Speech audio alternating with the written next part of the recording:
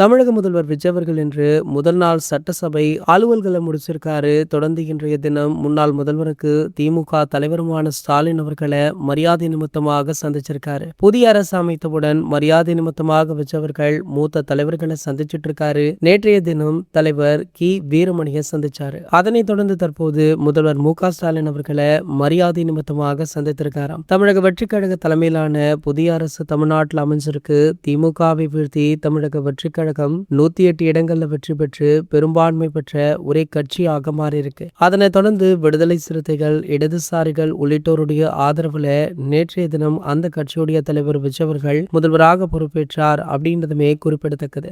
இன்று தளபதி விஜய் அவர்கள் மு.க. ஸ்டாலின் அவர்களை சந்தித்துள்ள புகைப்படங்கள், வீடியோக்கள் சோசியல் மீடியாக்கள் வெளியாகி வைரலுமே ஆகிட்டு இருக்கு. இன்றைய தினம் பாத்தீங்கன்னா தற்போது தளபதி விஜய் அவர்களுடைய மனைவியான சங்கீதா விஜய் அவர்களுமே பத்திரிகையாளர்களை சந்திக்க இருக்காங்களா. இந்த தகவல் தற்போது சோசியல் மீடியாக்கள்ல அதிர்ச்சியை ஏற்படுத்திருக்கு. ஒரு சில வாரங்களுக்கு முன்னாடி இவங்களுடைய விவாகரத்து மனு சோசியல் மீடியாக்கள்ல லீக் ஆகி மிகப்பெரிய சர்ச்சையாச்சு. இதனடுத்து இவங்க வேற பத்திரிகையாளர்களை சந்திக்க இருக்காங்க.